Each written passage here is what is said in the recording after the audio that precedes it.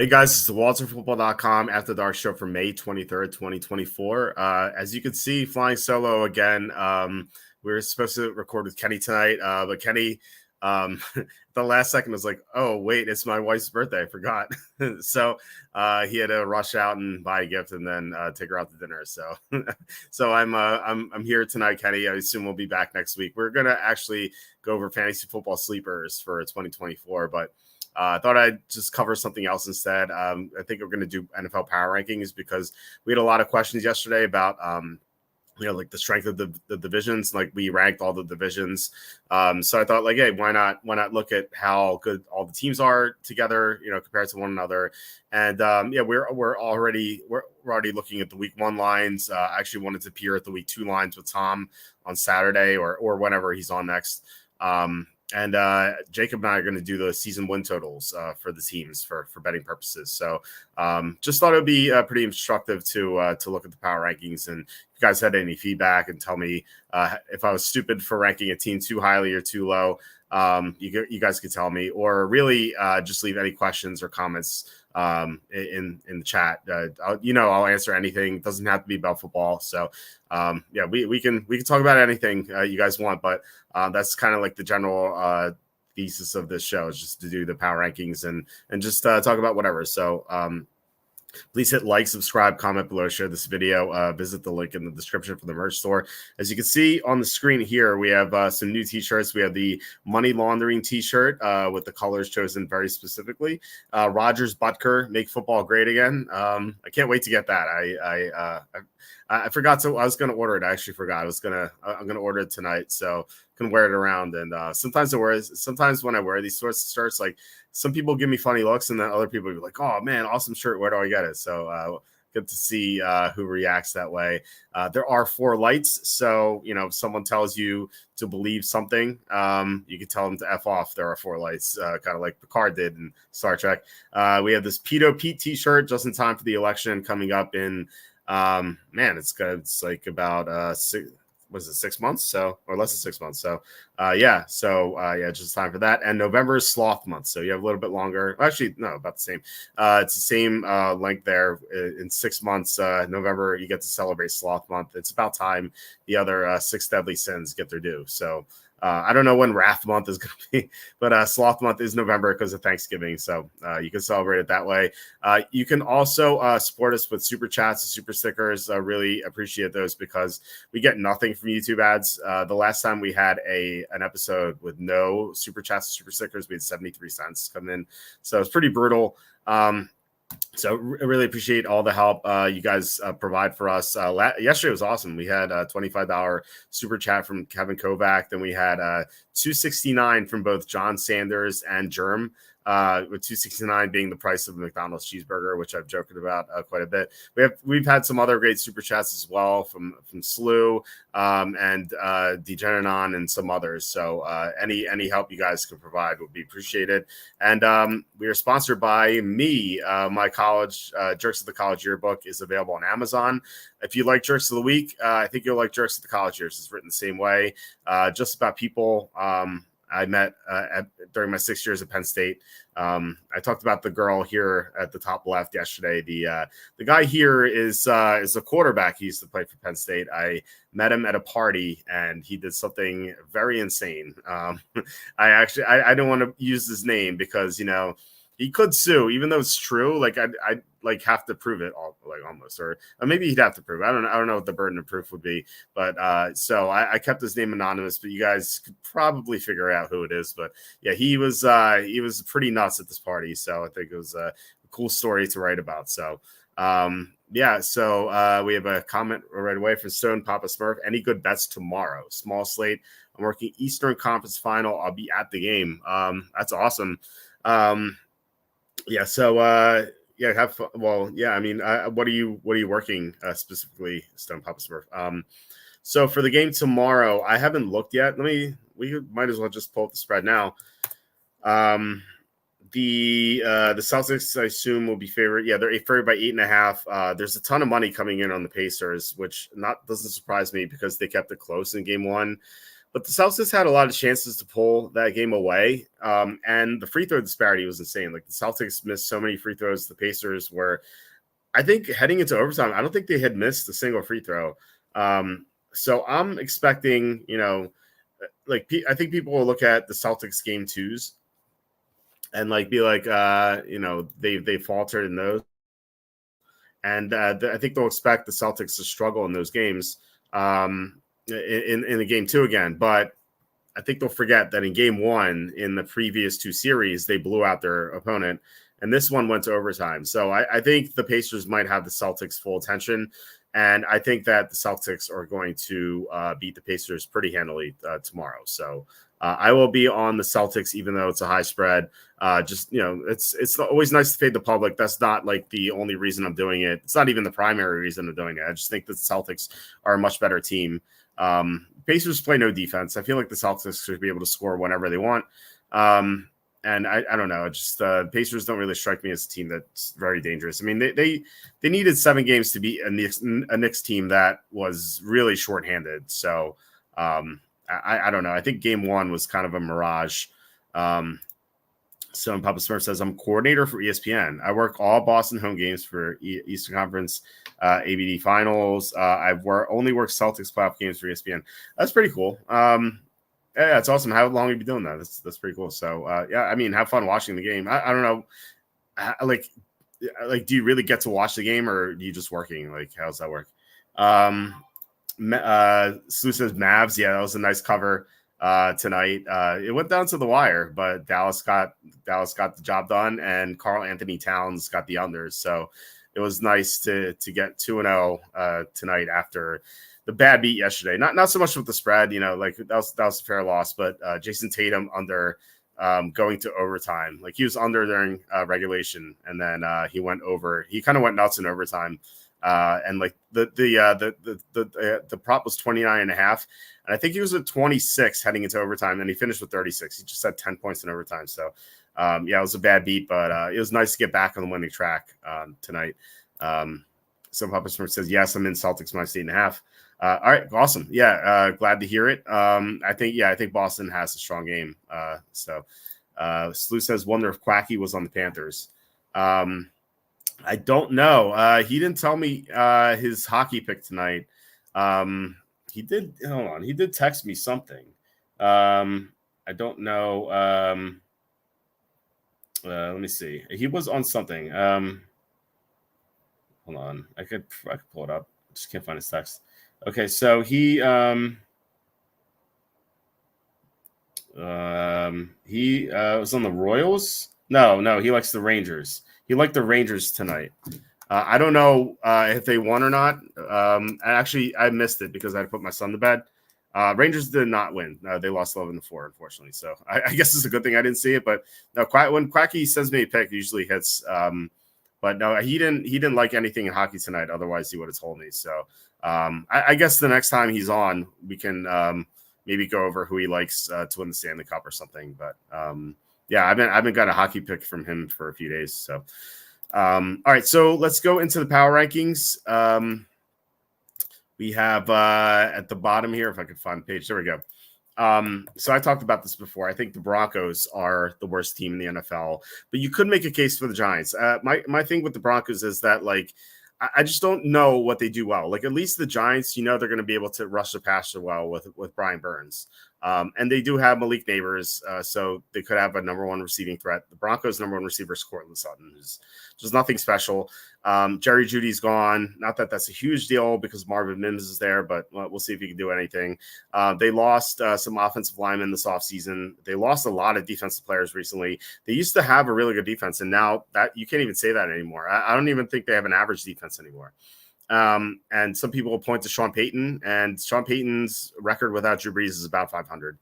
And I suspect it's going to be well below 500 after the season. So I think the Broncos is the worst team, but you could make a case for a team like the Giants. Like I said, they have Brian Burns. They'll be able to get to the quarterback, but we don't know who's going to play quarterback. Like Daniel Jones is coming off a torn ACL. That offensive line sucks. Neighbors is there, so he should be a good number one receiver for Daniel Jones. It's the first time he's going to have a number one receiver like that. But I just like this team is just dreadful. They have so many holes on this roster. And Jones is coming. Yeah, like I said, Jones coming off a 20 ACL. We don't know if he's gonna be ready. We might see Drew Lock. Like this team, it just sucks. And they lost Saquon Barkley, who's just such a big part of that offense. And yeah, they got Neighbors, sure, but Barkley's gone. Darren Waller may retire. I don't think he's announced it yet, but he's been flirting with retirement. Like, who knows? He could have one foot out the door already and just may not have a good season as a result. So Papa Smurf says 3 years doing it. I get to watch warm-ups courtside and about 60 to 75% of the game from random spots in the garden. That's awesome. Have you ever gotten any inside information from that? Like if someone looks bad in warm-ups, I just wonder if you've ever gotten to make a bet like that. I think that'd be some great inside info. Sue says, does your gut say Peyton starts Wilson or Nix? I think it'll be Nix. But, if he really struggles in training camp and the preseason, it could be Zach Wilson. I think it'll be Nix. It's just tough to sell the fans on Wilson. It's like, hey, come to the Broncos opener. You get to watch Zach Wilson. It's just so brutal. At least Nix gives them some hope. And if Nix can't beat out Wilson, that's a huge problem. I think it'll be Nix, but like I said, if he's bad in the preseason training camp, it might be Wilson. So it's a pretty rough spot. Move up to the Patriots, number 30. At least the Patriots have a good defense. Now, they could take a step back without Bill Belichick for sure. But Gerard Mayo was his understudy. Mayo is a former linebacker for Belichick. He's been coaching under him for a while. I suspect that the defense should still be good. Maybe not. Maybe it won't be as great, but it should still be good. The offensive line sucks, though. They have no receivers, but they have better quarterbacks than the Giants and Broncos. Now, I mean, if Daniel Jones is 100%, I wouldn't say that. But again, he's come off 20 ACL. The Broncos, who knows if they have a quarterback with Bo Nix. The Patriots have Jacoby Brissett, who's a really good backup, and Drake May is a better prospect than Bo Nix. So whoever starts in week one will be better than I think whoever starts for the Giants or Broncos in week one. The Panthers 29. Like I said, I suspect the Panthers are going to have 5 or 6 wins this year. Now they're 4th worst team in the NFL here, but they play in the worst division in the NFL, so they should be able to win maybe a couple division games.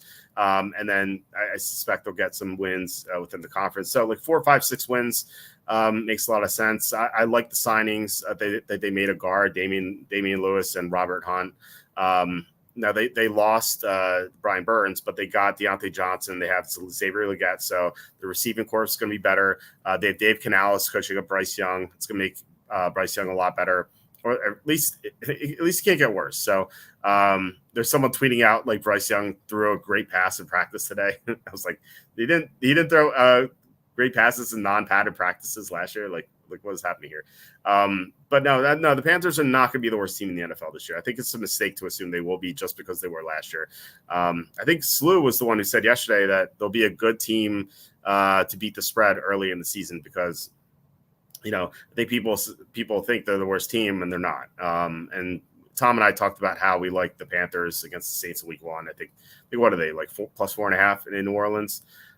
It's kind of suspiciously low based on the public perception on the Panthers. And maybe people don't love the Saints, but I think people at least respect the Saints a little bit. So you'd think it would be 6 or 6.5, but it's only 4.5. I think it's kind of telling. Might be a side where, an instance where the sports books are taking a stand, So we move up to number 28, the Titans. Will Levis, we just don't know what's going on with him, but I like the rest of the roster. They got L'Jarius Sneed, Chidobe Awuzie, Calvin Ridley, Tony Pollard. Yeah, they overpaid for Ridley and Pollard, but they're still good players. So the problem with the Titans is they play in such a tough conference and a tough division. It's going to be tough for them to get wins. I think if you switch the Titans and the Panthers in the NFC could win 7 or 8 games. In the AFC, it's going to be tough for them to get the 5 wins, but they're going to be competitive. Again, this is a team I like as a covering team. Slew, like I said, talked about the Panthers. I think the Titans are the same way. People remember how bad the Titans were last year, and they're not going to be as bad. Assuming Will Levis isn't a total dud. Now, Will Levis could just be awful, and yeah, they'll suck. But I think if Will Levis makes even a tiny stride, I think that the Titans will be pretty competitive here. And they'll cover the spread, I think, more often than not in the first half of the season next year. The Cardinals are number 27.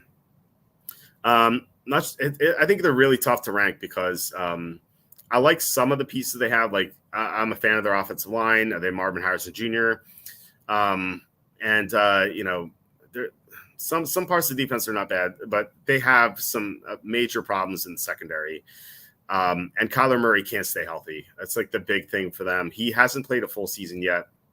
No, it could like reverse. Maybe he does finally play a whole season, but he takes so many hits. He's so small.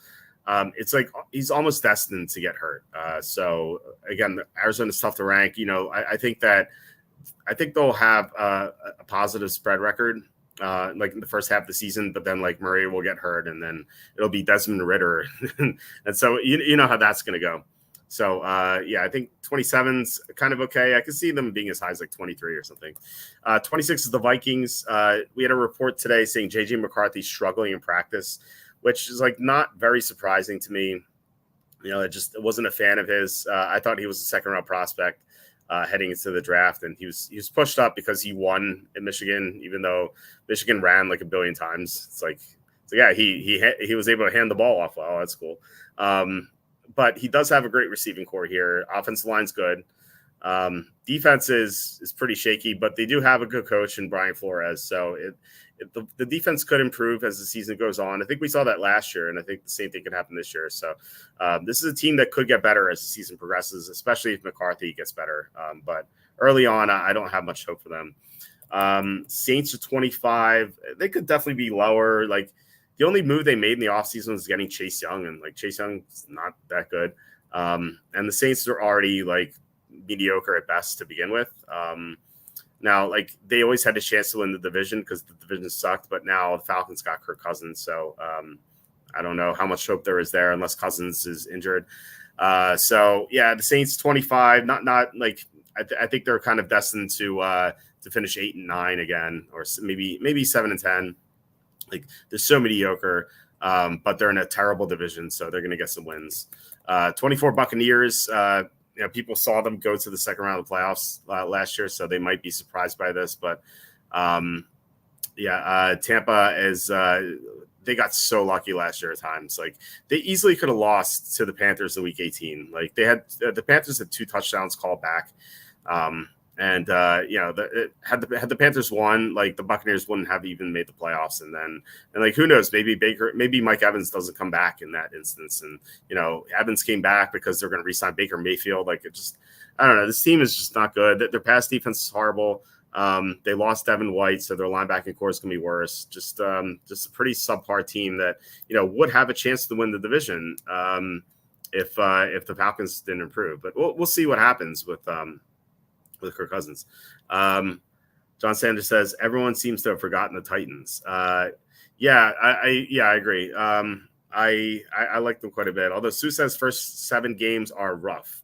Let's look up the Titans schedule. Why don't we do that? I know they play the Bears in week 1, and I think they could have a chance to win that game, but I do like them to cover.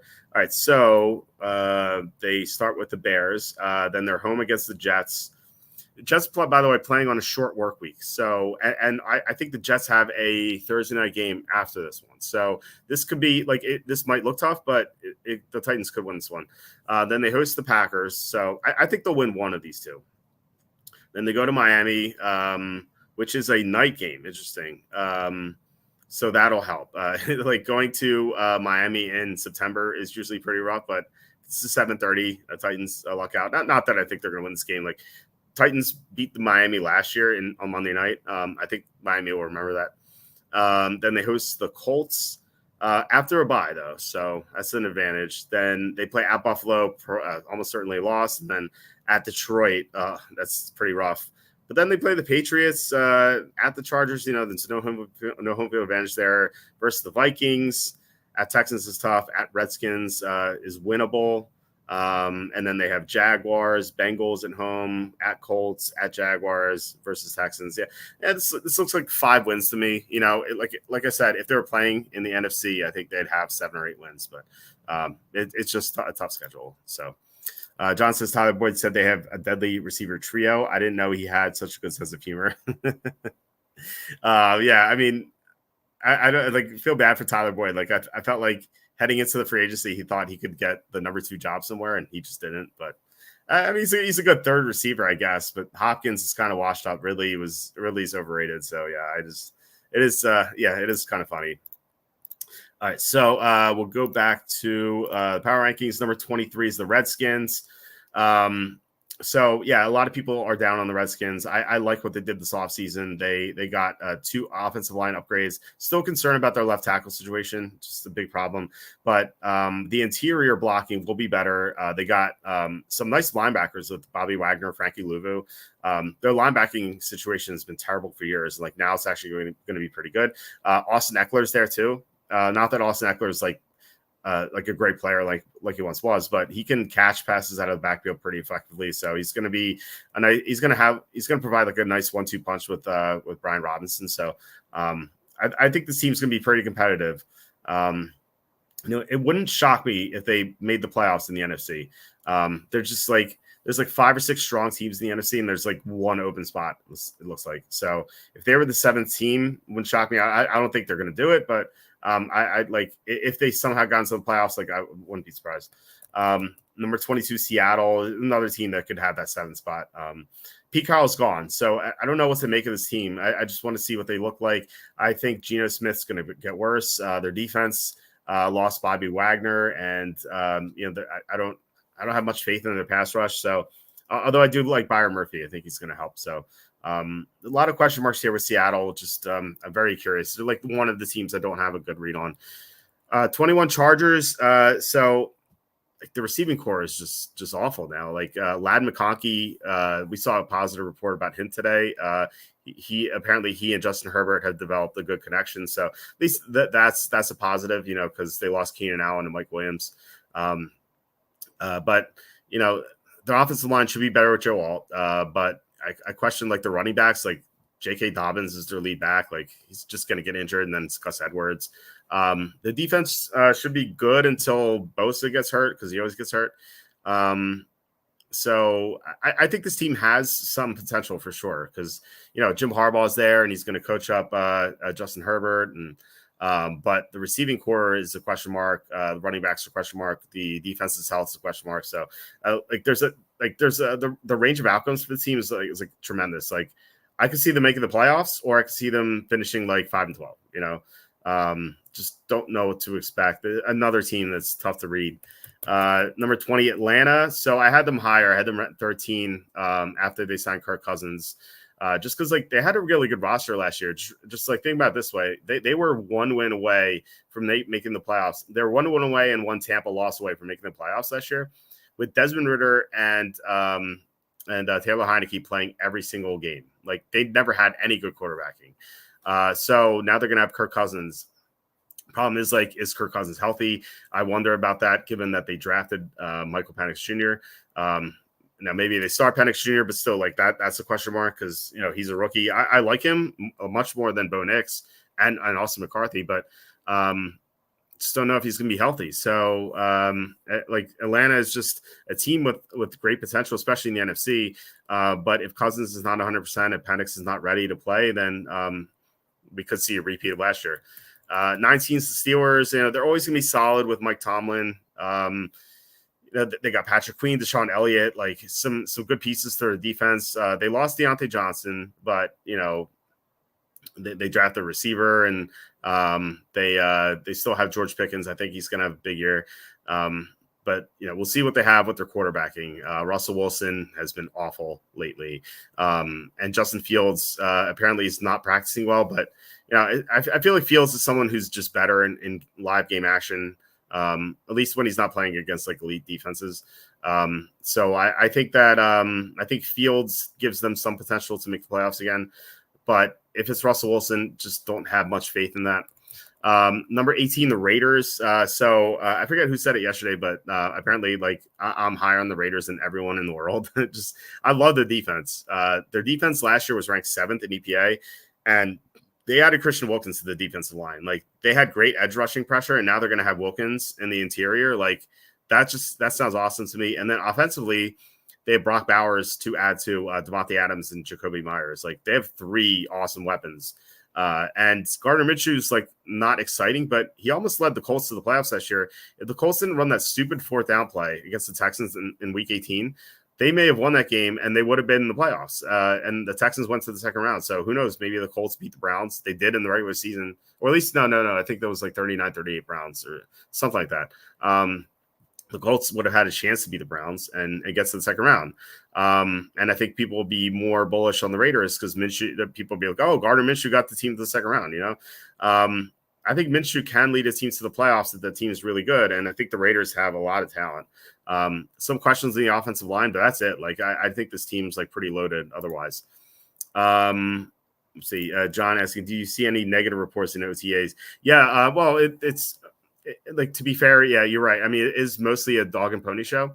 But like I said before, JJ McCarthy has had a negative report today that he was struggling. So you do see it from time to time. But yeah, you do get more positive than negative for sure. Johnson's glad the Falcons got some edge help in the first round. It should help them improve an already stacked roster. Yeah. Latu would have been great. I don't know. If I said this before, if Cousins is just washed up and damaged goods, then I think they made the right choice, but we don't know that. So it's hard to gauge right now. If Cousins is not washed up and like he looks good in week 1, I'm gonna be like, wow, they just really blew an opportunity to really improve their defense with Latu. So we'll see. Sue says Falcons could go on quite a run after week 3. Yeah, let's look at their schedule. Why not? Falcons schedule. So I know they play the Eagles in, I think it was the week 2 or something, because it's a Monday night game. Yeah, so they play Steelers week 1, which is winnable. Then the Eagles week 2 and Chiefs in week 3. So tough start, but okay. So they have the Saints at home, Buccaneers at home, at Panthers, Seahawks at home, at Buccaneers. So yeah, that could be 5-0 for sure, at least 4-1. Then they host the Cowboys, who are nothing special. They go at the Saints, at the Broncos. So it's like one of the road games, like not difficult at all. They host the Chargers. It could be tough, but that's after their bye, so it's a nice advantage for them. They're at the Vikings, who are not strong. Although the Vikings, the second half of the year could be better. At the Raiders, I think that's going to be tougher than people think, especially given that it's on the road for a West Coast team. I think that's going to be a tough game for them. At home versus the Giants, they'll probably win that one. At the Redskins, and then versus the Panthers. Yeah, that is such an easy schedule. If Cousins is 100% or close to it, that's like 11 wins. Like. At least 11 wins. So yeah, you're right, Slew. I think they could go on the run. John says you're higher on the Raiders than Raider Flyers. Wouldn't be the first time. We did love Jacob and I were like on the Lions bandwagon before. I think even the players were. So yeah, maybe it's another instance of that for sure. All right, so we move on to the Cowboys at 17. I think I probably lower on the Cowboys than everyone else, I think. Although I don't know. I mean, there is some negativity there, but I think people are still high on the Cowboys. Like if you look at the odds for Super Bowl, like the Cowboys are like in the top 5 or top 6, which is absurd. Mike McCarthy's still there. They can't stop the run. They lost 2 offensive linemen, Tyron Smith and Tyler Biadasz. They lost Leighton Vander Esch. Team's going to struggle, I think. I don't think they're going to be that bad. I can see them going like 9-8 or 10-7 in the NFC. If they were in the AFC, I think they'd win like 8 games or maybe even 7 games. So yeah, I don't like the Cowboys much at all. Browns are number 16. They have a great defense, but Deshaun Watson, obviously a big question mark. He hasn't played well since 2020. And, despite bad quarterbacking last year until Flacco, this team did make the playoffs. Like they have a great roster. And if Watson can play like he did in 2020, this team could win the Super Bowl. I don't know. We haven't seen it from him in almost half a decade. So it's pretty fair to be questionable about that. Number 15, the Rams, they'd be higher if Aaron Donald didn't retire. And that's really a shame. Like I said this before, but I was considering betting the Rams to win the Super Bowl at like 40-1 or whatever they were. And then Donald retired, and I'm glad I didn't because well, Jacob did too. And he talked about that. Just almost a bad beat. Like they could still do it. They have a great offense. If everyone stays healthy, like they're going to score a ton of points against most teams. The defense has improved. They signed some good players. It's just like Donald not being there, just like prevents the defense from being great. So yeah, I think this team makes the playoffs, especially in the NFC. But yeah, without Donald, I don't know if they're going to get very far in the playoffs. Number 14, we have the Bears. So they were hot down the stretch last year. They had Montez Sweat. When Justin Fields came back and they had Montez Sweat, like they went on a run. They looked really impressive. Now they're going to have Caleb Williams, who should be better than Justin Fields. And they have Keenan Allen, Rome Odunze, like two new weapons for Caleb Williams. The offensive line solid. The defense is good, but not great. Like I question the pass rush outside of Sweat. I question the secondary outside of Jalen Johnson, or at least the cornerbacks. So, I think they have some really good things going for them. I just wish they did a lot more in free agency. Like they spent money on DeAndre Swift. Like if they spent that money on another pass rusher, I would like to see him a lot more. But I still like them though. I think could they win the Super Bowl? Sure, but I don't know. I think they're going to get to like the second round of the playoffs or something. Number 13, the Colts. I think they're really underrated. Had they made the playoffs last year, had they won that Week 18 game, like I think people would pay more attention to them. But their roster's loaded. They added Latu and Adonai Mitchell, and so like they already had a great roster. Now they're gonna have Jonathan Taylor back for the whole season. Like this team is gonna be really, really good. We'll see if Anthony Richards can stay healthy, but even if he gets hurt, like Flacco proved last year that he can still play if he has good talent around him, and he will in Indy. So yeah, I like this team a lot. I think they're very underrated. Number 12, the Jaguars. I think people forget how good they were last year. Like they were 8-3 at some point, and then they started losing. The only team they beat down the stretch after they started 8-3 was the Panthers. But Trevor Lawrence was so banged up. Like he had so many injuries all over the place. He had a concussion too. Like he was just like I called him the Black Knight from the Monty Python movies because it's like after every game like a limb was chopped off almost. It was so absurd. But they added Eric Armstead and Darnell Savage, like two good players. Mitch Morse for the offensive line. It's like not a great player by any means, but solid center who's gonna really help them out with the blocking. So yeah, I like the Jaguars this year. Not super high on Doug Peterson or anything, but yeah, I think they're an underrated team at the moment. Number 11, the Dolphins. They have some question marks here with like can Tua stay healthy? Can Tyreek Hill stay healthy? Like that didn't happen. That hasn't happened yet. Like it's either Tua or Tyreek Hill getting hurt at some point. And I said this before. I think the Dolphins at some point this year are going to look like the best team in the NFL. Like they're going to beat a team like 63-20, and people are going to be like, "Oh, the Dolphins are the best," and then they're going to lose the next game. Like this team has such upside, but they also can look like crap at times. So just something to watch out for, like betting wise. But I think this team has they have a ton of talent, so they could definitely go on a run. Sue says Colts 80-1 to win the Super Bowl, and MGM last I looked tempting. Yeah, of all the high odds, I think the Colts are the best bet for sure. They could definitely win the Super Bowl. They have a lot of talent. Like, what if Richardson looks great? Like he looked really good when he played last year. The problem was he got hurt in every game, but injuries can come and go, and there is a small sample size for that. And like if he looks great, then this team has a lot of talent, a lot of potential. So I think that's a good bet to make. All right, so number 10, the Jets.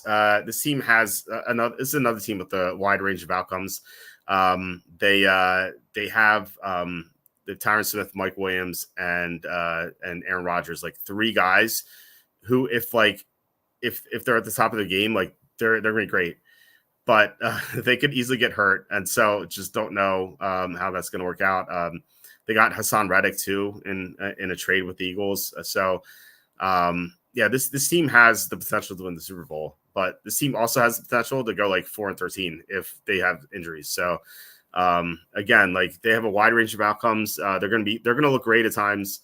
But if guys start going down, like it's going to be brutal. And then at least they have Tyrod Taylor instead of Zach Wilson, but Tyrod Taylor could easily get hurt too. So it's going to be it could be rough for the Jets at times. But if all goes well, then they have a chance to win it all.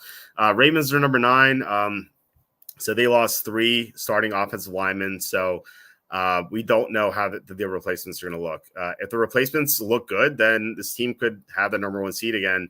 If the replacements struggle, like in 2020 when they lost Marshall Yanda to retirement, and then Ronnie Stanley got hurt, and they couldn't block, like we could see a repeat of that season too.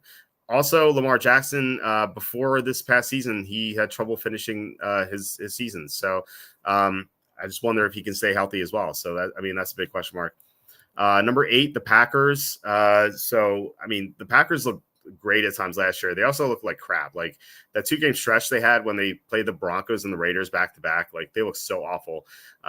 They also lost to the Giants on Monday Night Football. Like when they were at their bottom last year, like they looked like one of the worst teams in the NFL. But when they were playing well, they looked unstoppable. Like they almost beat the Niners. Had their super kicker just made the field goal in the fourth quarter. Like they may have won that game. And so, this team has a load of potential. All their young receivers who are like all rookies or second-year players, like they're gonna have more experience now. So, like, I think it's kind of cool that they're all gonna grow together with Jordan Love. I like this team quite a bit. They have Josh Jacobs now at running back, so they can lean on him.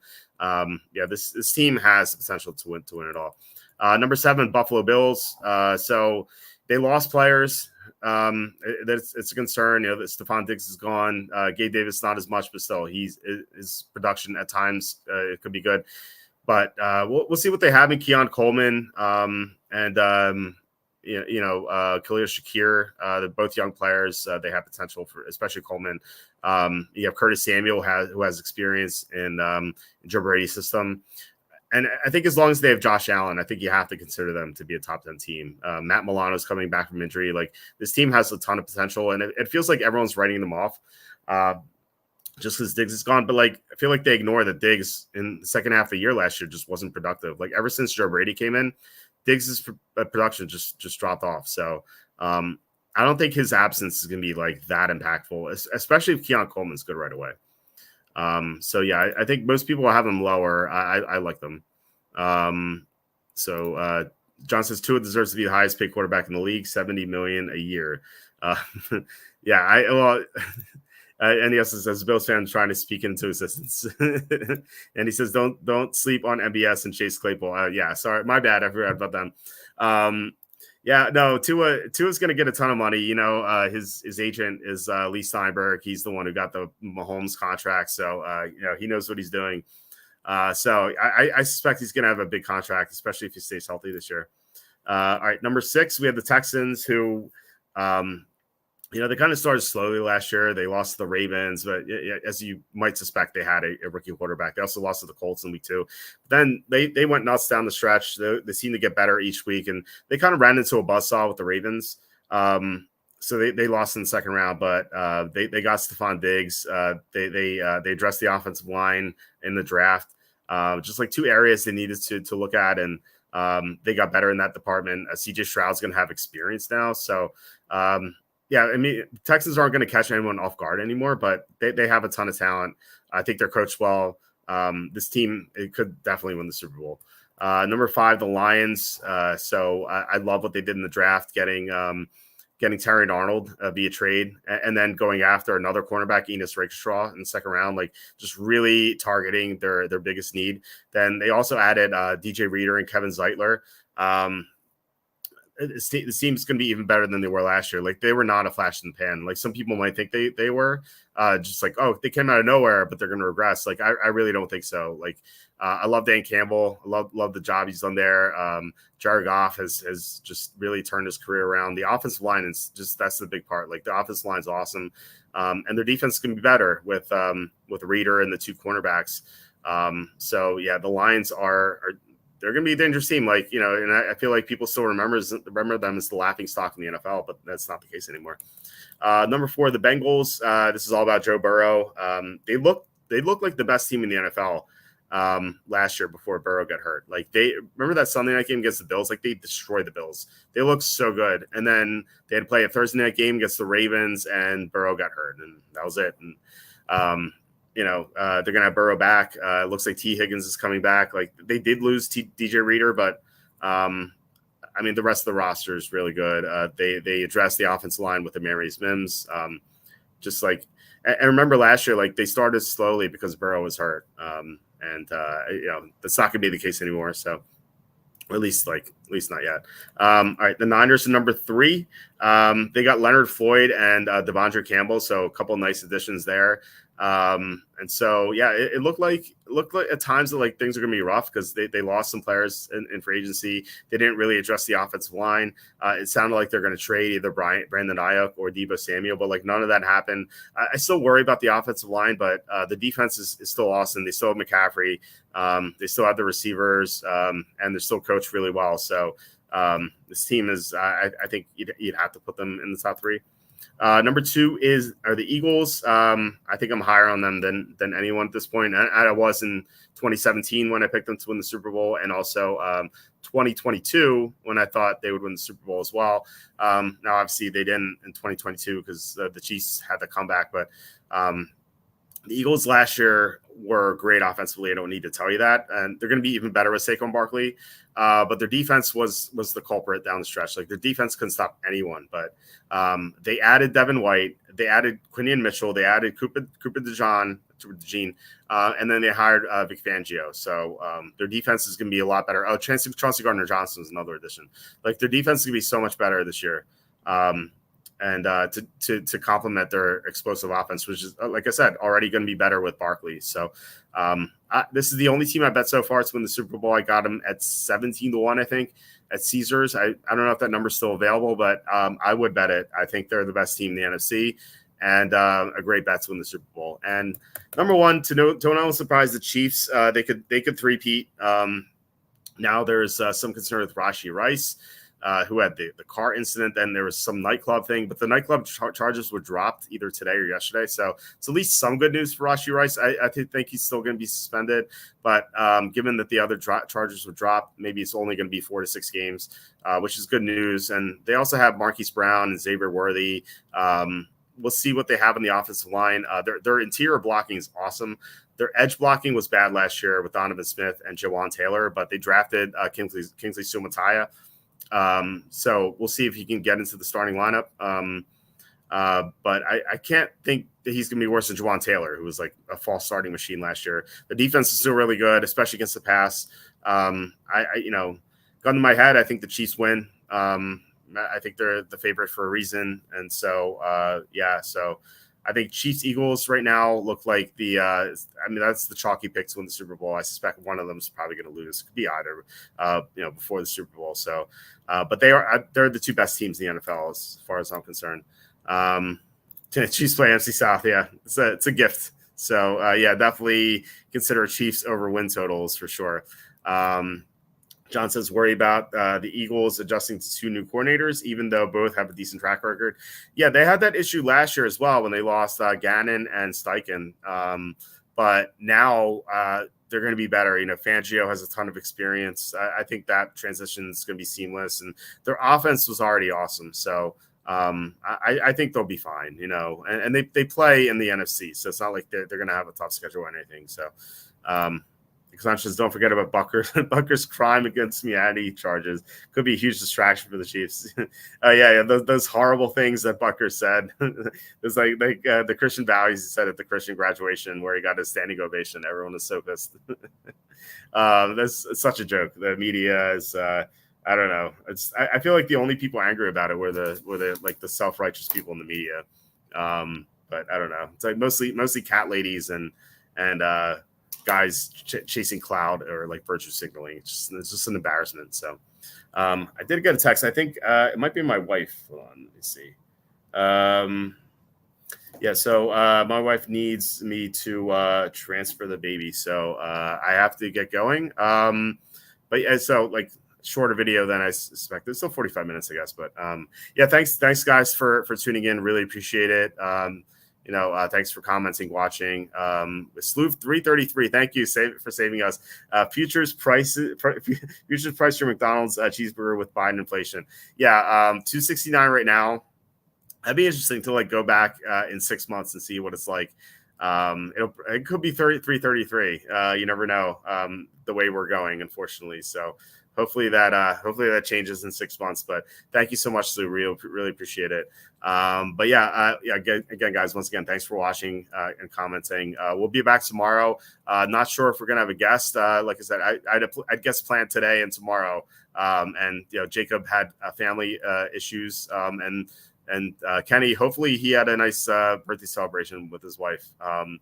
But yeah, I don't know if we're gonna have a guest tomorrow, but I'll be back on regardless tomorrow, and then Tom will be on either tomorrow or Saturday. So I haven't heard from him whether he wants to do one show or 2 shows or which day he wants to do. So either way, we're gonna have shows tomorrow and Saturday. So yeah, have a good night, guys, and please hit like, subscribe, comment below, share this video, and I will talk to you tomorrow.